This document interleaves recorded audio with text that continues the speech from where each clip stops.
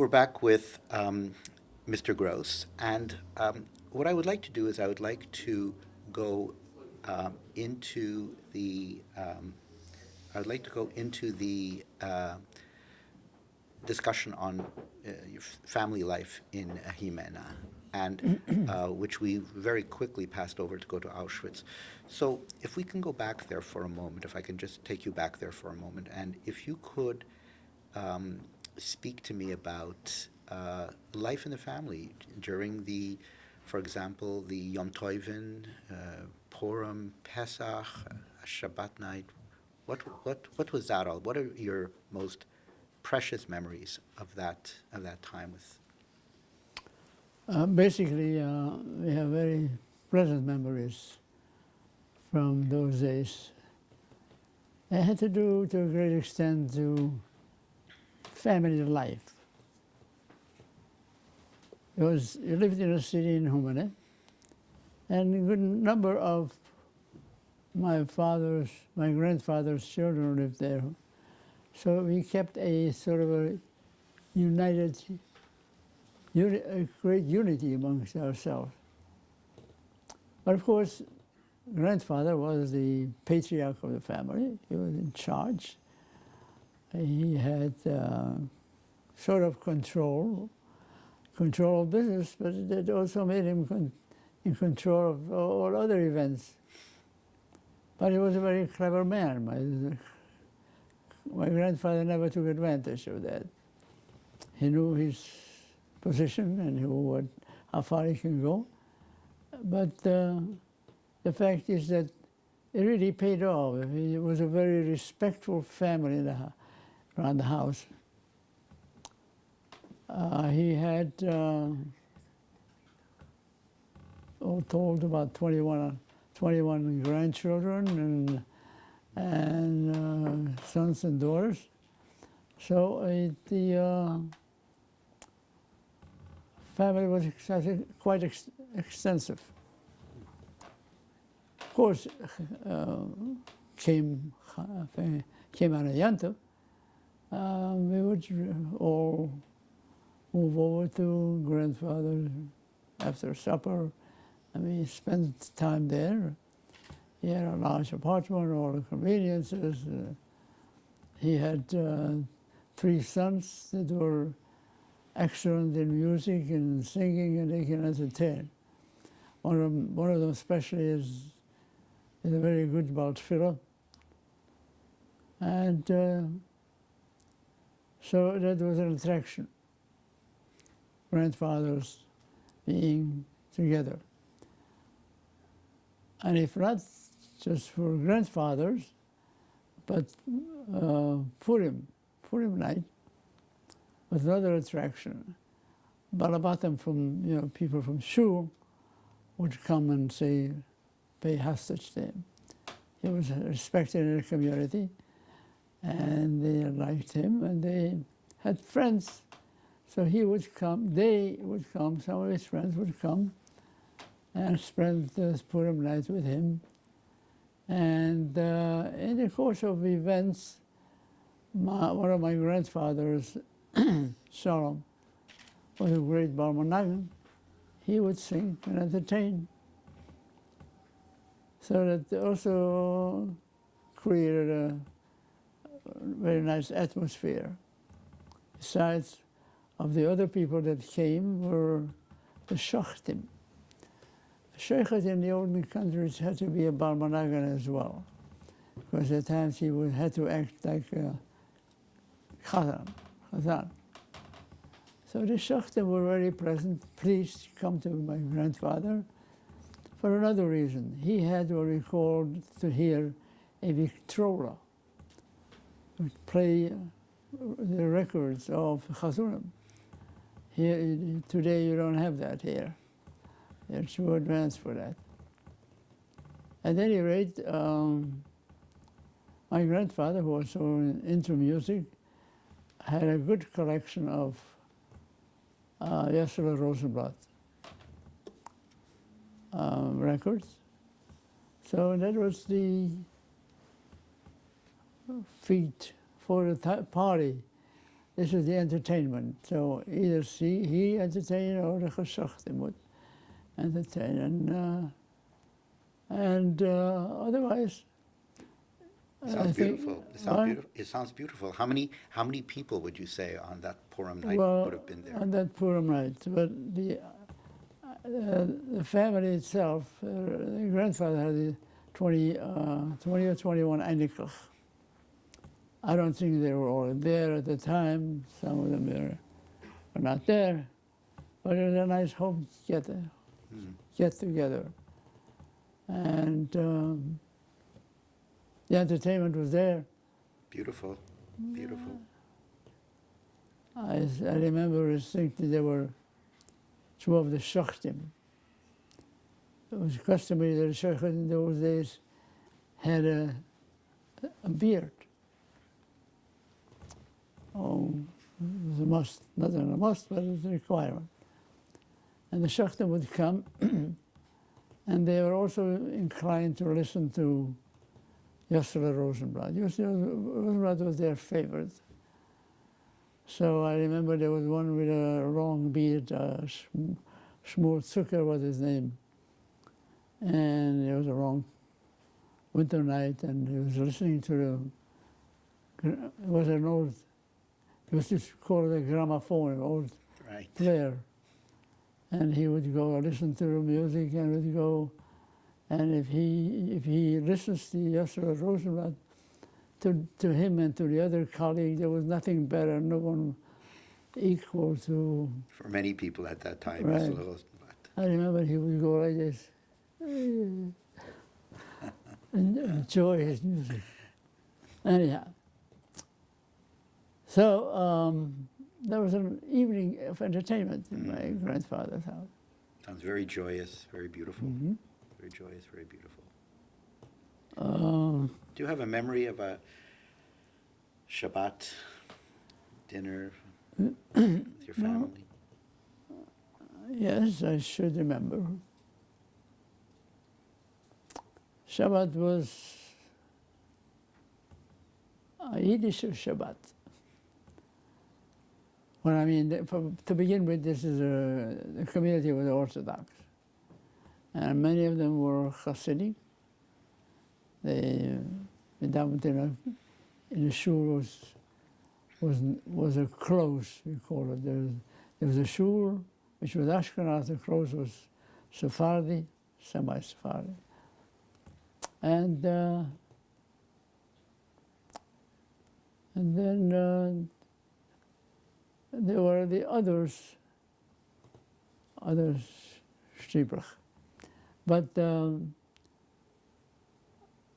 Yontif like Shavuos or Pesach, or it wasn't. There's not a time. It was not a moment where they were allowed to come and join me in my grandfather's house and be together and sing and enjoy and entertain. Mm-hmm. So, and I was very young at the time, but it permeated my mind. And ever since then, I have a very close feeling for music. Well, such a beautiful and important association with your family life. Yep, it's true. I'm So, not surprised. that was part of the feature, part of the event of Yontif, by spending grandfather's time. Nice, very nice. And entertain and listen to the warm music of Chazuras. Beautiful. I just want to mention at this time that if you know what a Victrola is. Yes, of course. In the olden Very days, old machine. one machine, that's what they had, a Victrola. They had to turn it on and play their tape, and then put on the next tape. And this was they didn't go to movies at the time, so he came to listen to music by a grandfather. And the get together was in itself very warm, Of course. close relationship between all children and grandchildren. So that was Yantov. Very beautiful Yiddishkeit that permeates the story. So we shall then, did you want to say a few other things about home life before we go back to where we left off in the last segment of the interview? You were in the Sered concentration camp. Is there anything else you want to say about it before we move into this other area? I may come back, but let me We may have an opportunity when we're going to be looking at some of the photographs later on after this segment. We may have an opportunity to come back to life in Jimena. Mm-hmm. So, so take me then to the Sered concentration camp, and you were then being deported, I believe, to Auschwitz. To Auschwitz.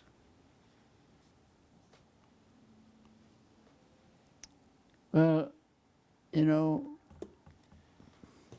when I got to Sered, it was like I lost everything. All my marbles out. I'm alone, looked around, no one that I know, none of my family members.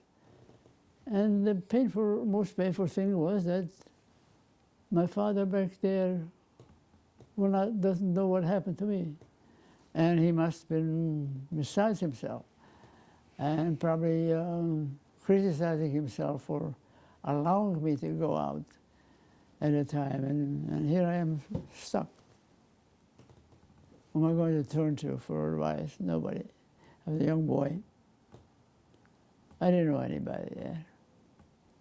But yeah, then I discovered that one of my uncles was also brought in either the same day or the day before that with his wife. So he had a little mishpucha there. But otherwise, it's solid, morbid. It's like in a desert. If I want some advice, I have no one, I don't know anybody.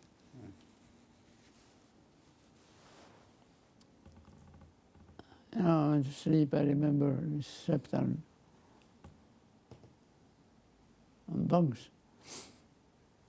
Worried about pajama. I mean, we had nothing, I had nothing on me except what I came with. And then sleep. If I had any thought is, how do I get out of here? But I knew it's a tefillah shop, it won't happen. Can't get out of here. So next day was Erev Yom Kippur. So I went to daven, on Yom Kippur I went to daven with, there was a special bunk where they davened together. I went to daven with them since I knew some of them, at least I knew about the nights of the yeshiva. There were some machzorim, very few. So I joined.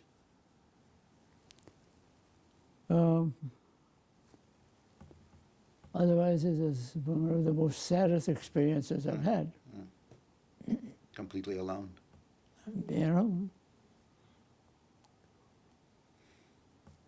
And that lasted just a few days. All told, I was in Seret for a period of 10 days, I think. Matzua, Shabbos, something developed. We don't know what their plan is, what the system is. But Shabbos afternoon, Friday night before, the Germans wanted a little entertainment. So they made the people march around a circle. And as they marched, they were beaten with sticks by the Germans, by the SS.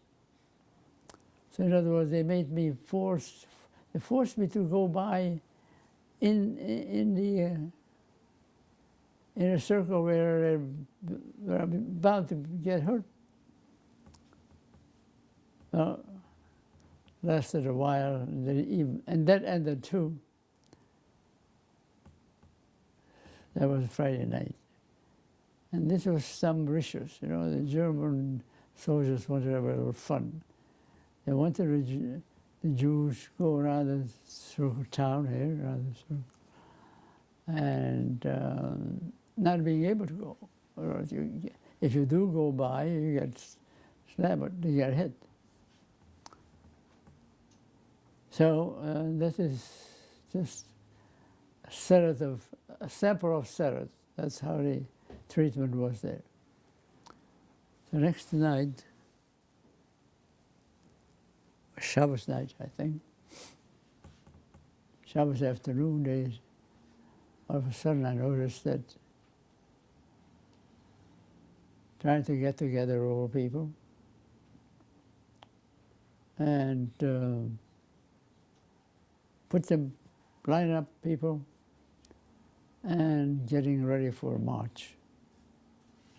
Well, I didn't think there's much for me to lose there, but I'm not going to go there. I'm going to look for a hiding place, if there is any such thing.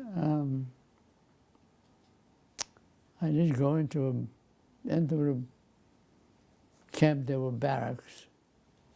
Anyhow, I came to the barracks and I wanted to go in there. And we saw other people go there too. So I said, we'll hide there. I'll hide there. Maybe they wouldn't recognize me and they wouldn't notice me and I would not be shipped out. But it didn't help. Before I knew about this, we were there in this barracks for about 15, 20 minutes. All of a sudden the door opens and in comes the German general, well-known Brunner, Oskar Brunner, whose function was to liquidate these camps. Take over a camp and send them out to Auschwitz. And chases everybody out. In the process, gives them a beating. Well, that was the last hope. So they're marching to the train station. What else could be done? Get to the train station and meet some other acquaintances. Not that it helps me in any way. And yes, they were loaded, and before we knew, the cars started moving. The train started moving. Of course, we didn't know that, where. That can't be a better place than Seret. Because in Seret, at least, you get some food. And they didn't make us work. Anyhow, so we were on a train for, I think, 2 days and 1 night. It was the night of Sukkot.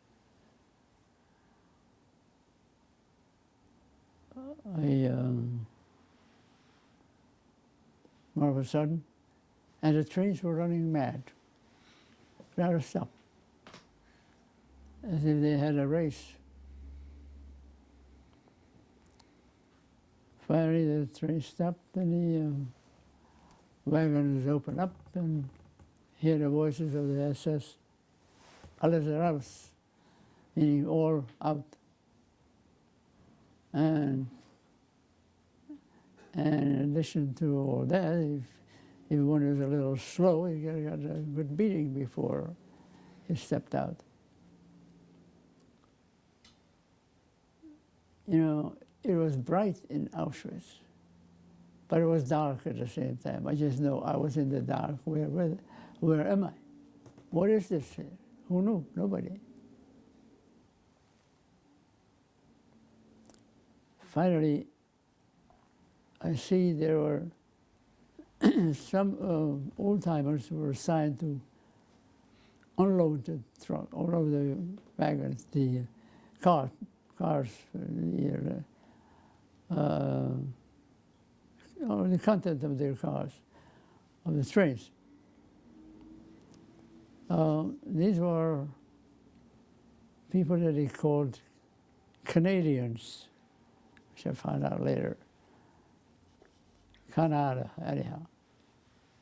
And we got a hold of one, and I heard him speak Yiddish. And I said to him, where are we? What is it? What is this place? And without any delay, and he says to me, you know, this is the place where, I speak a very fluent Yiddish, this is the place where man sucht, mi bo'esh, mi b'cheref, mi b'rav. This is the place where they choose your destiny. That's where you're going to end up. You know, it was a shocking experience to hear something like this. I thought, man, it's joking. Didn't take long to find out that how true this was. We had one night to find out. So we were lined up for a pair. Mengele, we shouldn't know who he was. We found out later. And, you know, we see the selection, Arbeitsfähig, you know, speak English, Dutch. Arbeitsfähig or not Arbeitsfähig, can you work? One side, next side. And unfortunately, we see the women, we came up with a group of women. I came with two uncles, they had their women with them, and they had two daughters also. They were shipped over to another end, separated completely. I don't know the meaning of it all. I know in a shul you don't down Mincha Marav together with the Dutch, with the Germans, with the women, but slowly, gradually, we found out. We still didn't have any idea what's going to happen. These are people destined for a crematorium. And we were among the people destined to go to camp, to the barracks. Stayed a few hours with Mengele. And after a while, just made us march off to the bunks, to the bungalow, bunks actually. Oh, it's another phase of terrible experience. Looked around, it's cold. September is very cold, and October was already in Auschwitz. So we, and there were couples chasing us around already and giving us direction where to go or not to go. What was the feeling that you saw in that selection line? Everyone was terrified. Were people silent? Were people screaming? What was that, waiting for that selection as you saw the separation between the women and the children and the men? What did you witness? Well, I'll tell you, I don't think there was much screaming.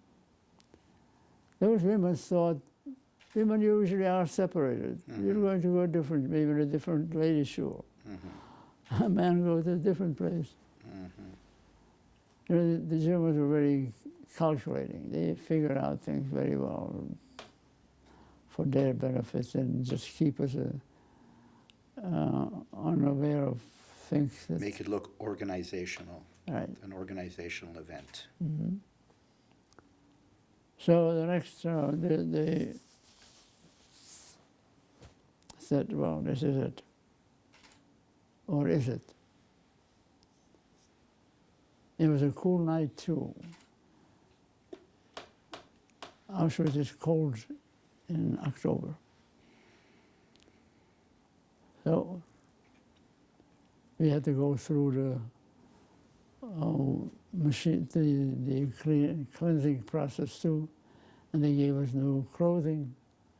They didn't care what fits and what doesn't fit. They just gave you through a pair of pants for you and a jacket, and you go. So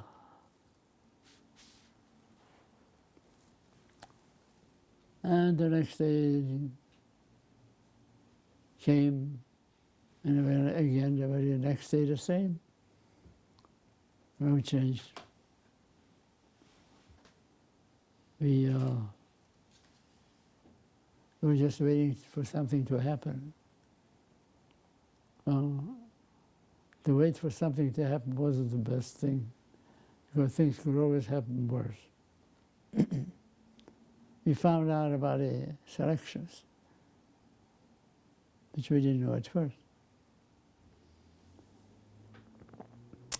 Anyhow, so and one thing we knew, we were separated from our families,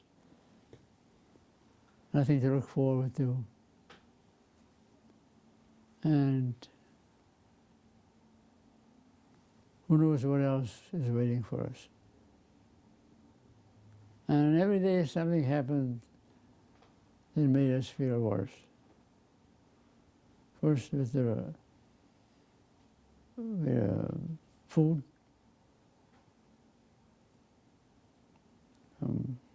Very meager, nothing. Piece of soup that you got for a day and a piece of bread.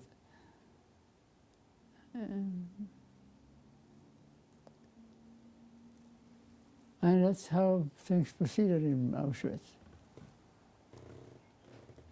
Day in, day out. And it was very cold. And it was October already. So I remember we used to form circles around each other,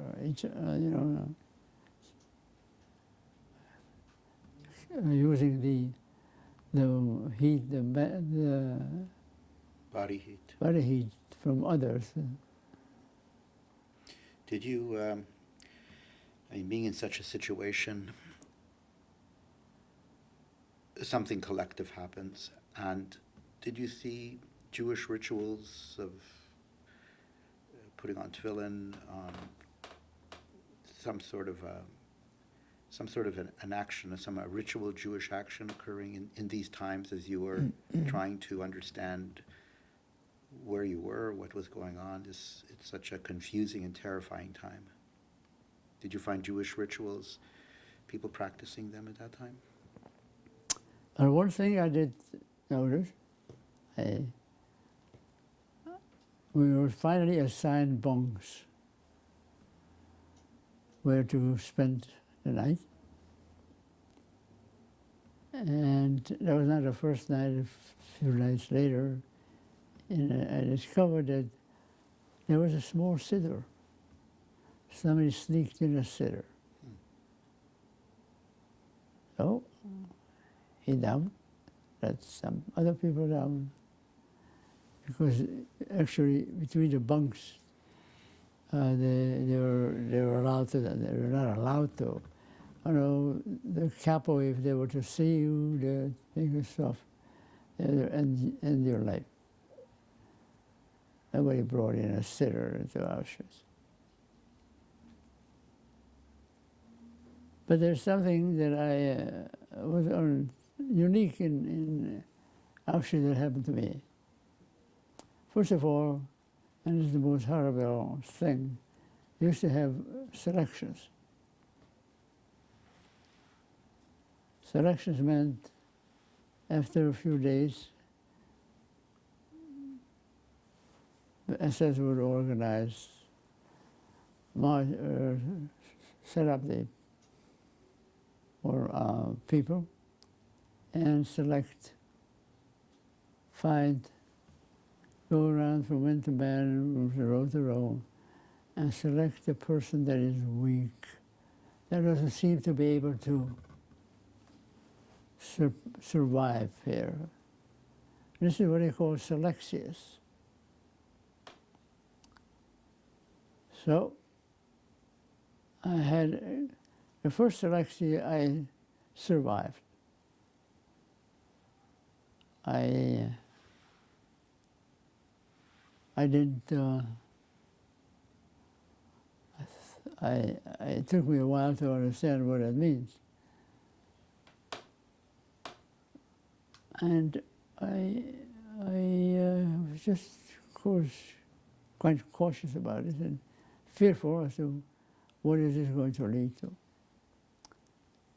After the first selection comes the second selection. And again, I see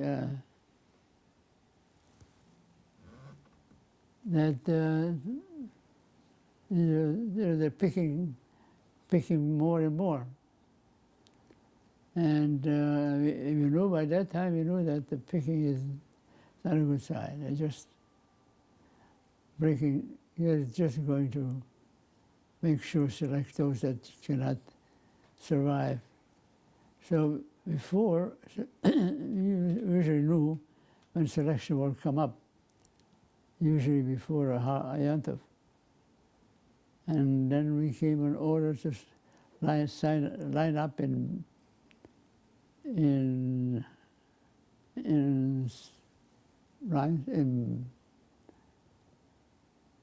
series, in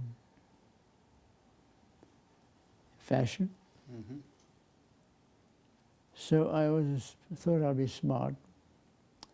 I started running. I ran through a yard. I thought I'd go and hide someplace.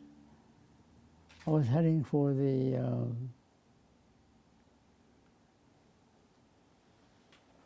for the toilets. They had a name for it. Anyhow, I thought I'd hide out there. I thought nobody will see me get in there and wait out. I wasn't so fortunate. It didn't take me long before the couple comes in, and he saw me from a distance. So he gave me a nice Baruch, and he bent me over, and he gave me a good whacking.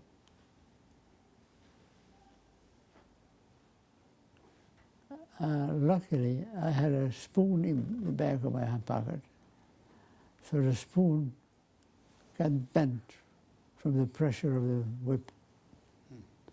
And in a way, it's sort of minimized my pain. So I said, well, I succeeded this time. Who knows what's going to happen the next time? So you always live with that fear. If anything, if not this, something else may happen. And the other serious problem was that there was no food, very little how you get. And a third, it's cold. Staying in Auschwitz in October, I do not recommend. Anyhow, that's how things went into Auschwitz. One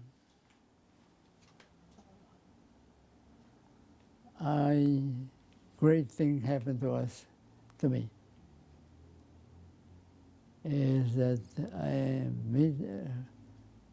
made friends with a young man, happened to come from my neighboring city, and he said to me, "What do you want to learn?" I said, "Oh, huh? How? Why?" So he started learning brachos with me. And he knew brachos. We made it as an order, we made it a daily routine, every day get together in that one and learn the Perek, Mishnayos, and Masechtas Brachos. I remember his first name, Mechela. Anyhow, so this was our occupation. But true, didn't keep me very warm, but see, the reason we were so cold because they chased us out of the bunk. They never let us stay in a bunk, regardless of what the weather is. So at any rate, I stayed with Mechela, and we learned every day. He knows by heart. How long did this go on for? How long it took? 4 weeks. Mm-hmm. And I'll tell you why only 4 weeks. After 4 weeks, they seemed to be ready to organize a group of people they were going to send out to a factory.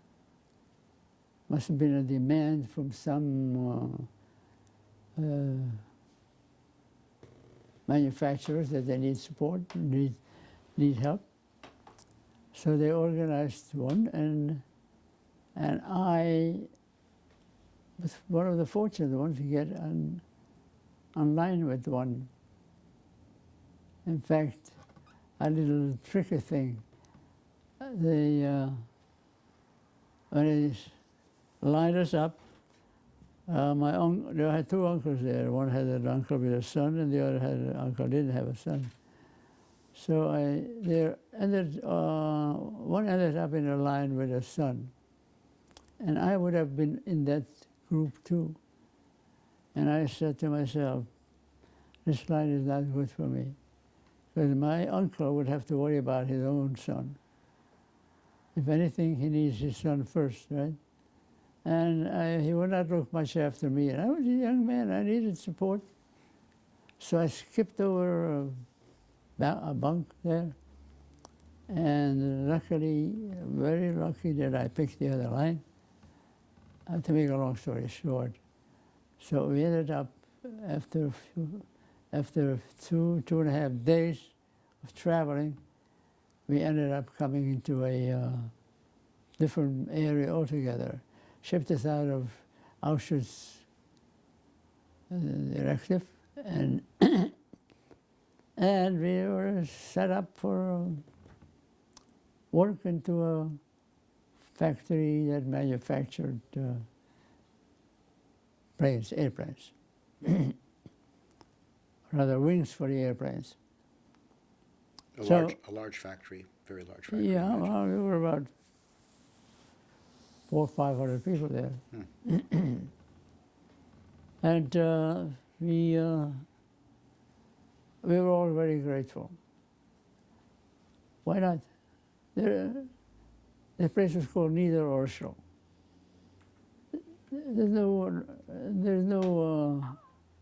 shooting, and there's no killing.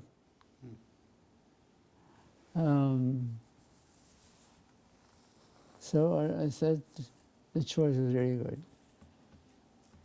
And I stayed there till I was liberated. But of course, until we got liberated, it was a long way to go. Mm-hmm. But we didn't have to go through the selexia that we went through in Auschwitz. This is what I was afraid of. Mm-hmm. So a choice and sort of a miracle at the same Well, time. it's A choice and a miracle at the same time. It was a miracle. In the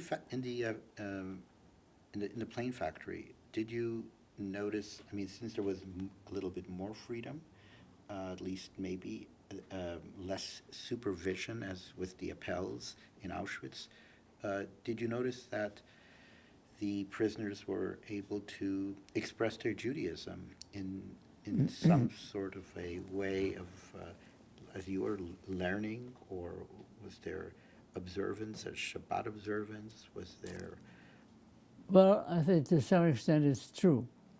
For one thing, we managed to have a minyan every day. Not a minyan.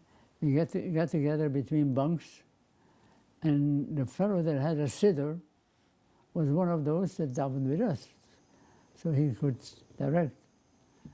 And of course, we didn't do it with a couple's understanding, but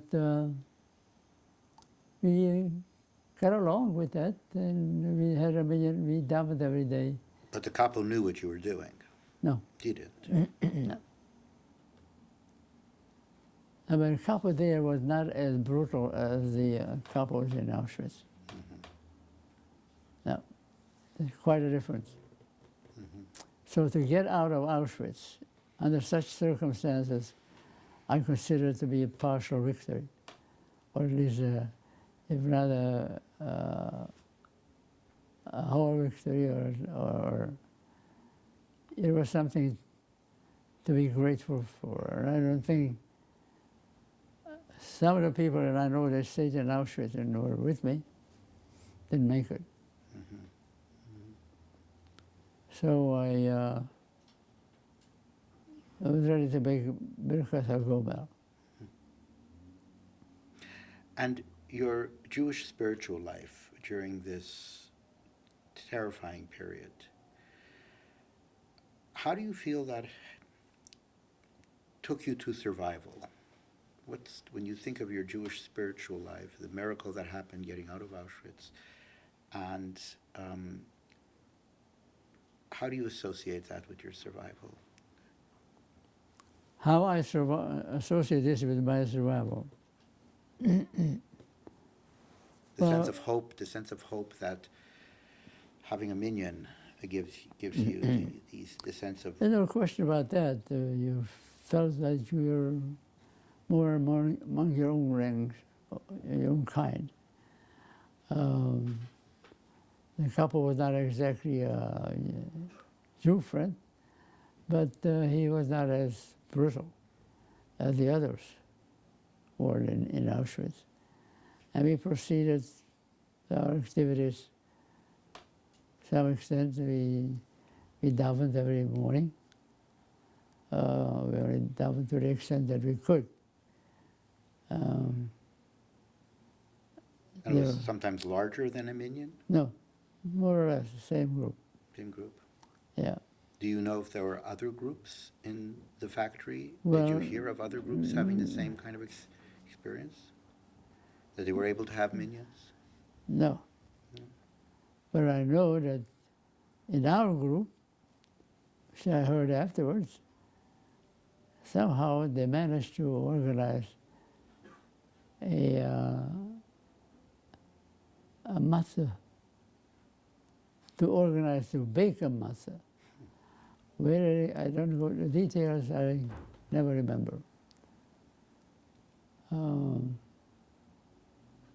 Must have had some assistance from a meister. You know, meister is one of the supervisors. Mm-hmm. To give him flour. Where do you get flour? But the couple was not as brutal. Mm-hmm. That was a help. Mm-hmm.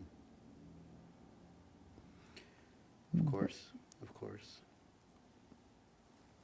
So speak to me about, again, I just want to return to that issue of faith and Auschwitz and faith and your imprisonment, that you witnessed Jews. For example, in the group, was there a set of tefillin in the group that you were in the group that you davened with every morning, the minyan? It was someone who had tefillin? Were there other ritual objects? No. There was none of that. No. Mm-hmm. Neither in Auschwitz? Other nicht. Mm-hmm. They wouldn't succeed. They wouldn't survive. If the couple were there, she would kill you on the spot. Mm-hmm. Here we had couples, but they were more understanding. Mm-hmm. The chief couple himself was quite an understanding person. Mm-hmm. That was really good fortune. I mean, the mere fact that we broke away from Auschwitz and managed to go to the other camp. There was no picnic there either, but it was a place where we survived. The greatest majority of us survived there. You'd say the majority of you survived? Oh, yeah. Of those in that So you group. already felt it when you came into the camp, because the conditions were so much better.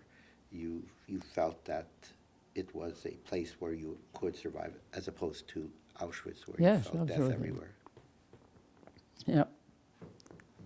As the Auschwitz, the chances of survival, I'll tell you, I mentioned to you, I was hesitating as to what line to go to, whether to go to this line or this side. But my father, my uncle, had a son with him, and I said I'd rather not stay with him because he's not a good company for me. He'll be busy with his own son. They didn't survive, neither he nor his son.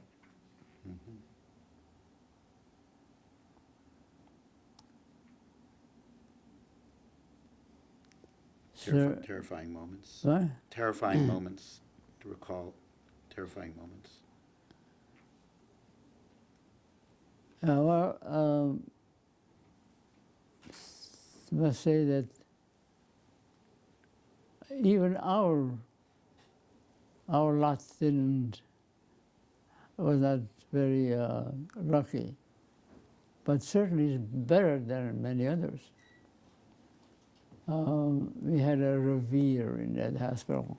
That means a person that was not well, they put him in a revere. It means a hospital, but they had not too much medication to give to offer. But I know of two people that survived in the revere. But others. Was there in Auschwitz, in the period that you were there, and then in the airplane, the factory, did you hear that there were a rabbunim there, that some sort of individuals that could be a guide, just and were they sought out? Did you hear of rabbis that were on the work detail in the factory, or when you were in Auschwitz? No, while there, I did not hear.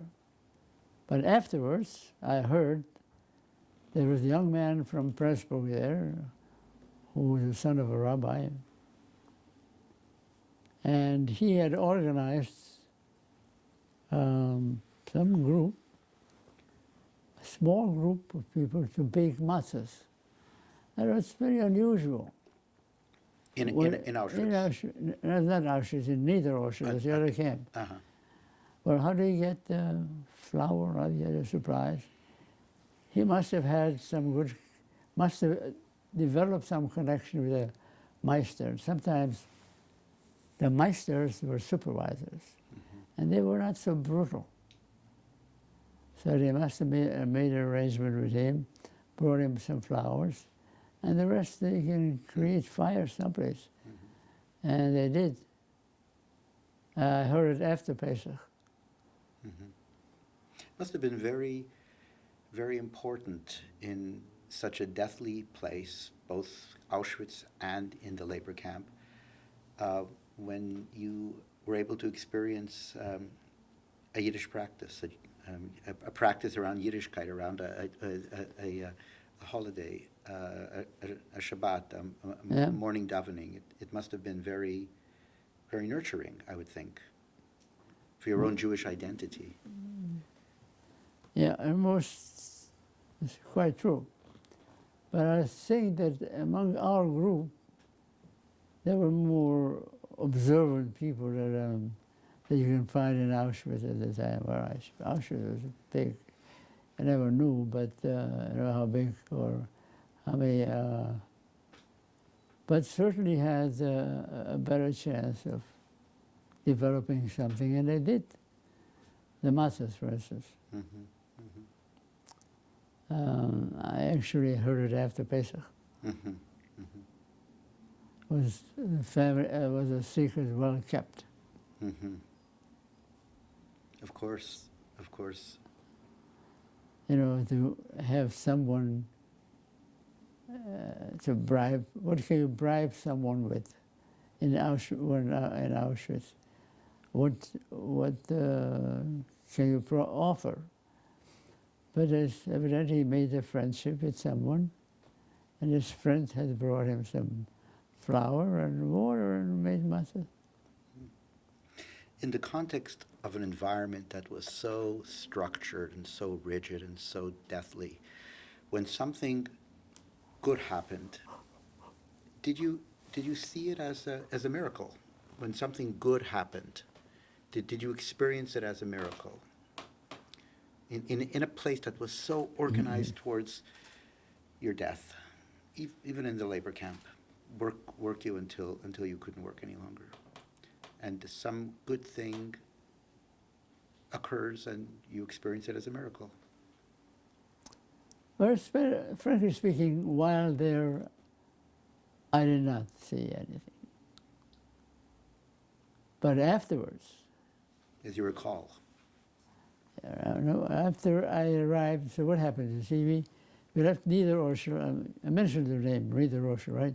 Mm-hmm. That's the place where we were spending from after Auschwitz. And we worked there for a period of close to 9 months. And then since Pesach was approaching, no, since the front was approaching, the Germans didn't want us to get caught in the front line together with the American army. He moved us out, away from the Germans, away from the front line. So, to some extent, the Germans were not successful, because our group marched from Niederöschel to Buchenwald. And we arrived at Buchenwald the day of their liberation. That means the American army arrived just the same day. If not for them, I would have had to march further out. Their intent was to march everybody out from Buchenwald, whether dead or alive. And this is an unusual miracle, really. Mm. That's remarkable, actually. That timing is remarkable. And then once we came to Buchenwald, 2 days later, Rabbi Schachter. chaplain, Rabbi, what's his name, took over, and we were delighted with him.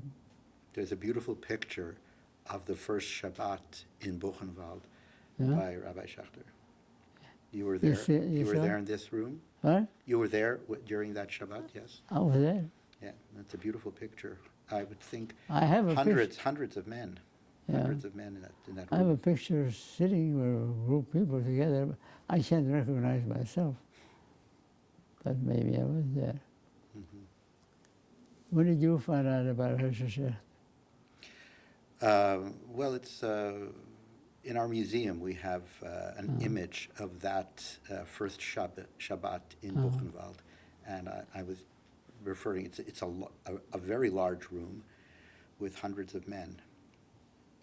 So that's I know of it from that picture. I know from that picture. What we will do now is we're going to take a break, and we will continue with after the liberation, and we will also have a look at some photographs that you have of your family, so we can return back to your hometown. So we'll take a short break, and we'll reconvene again in about 10 minutes. Mm-hmm. Great.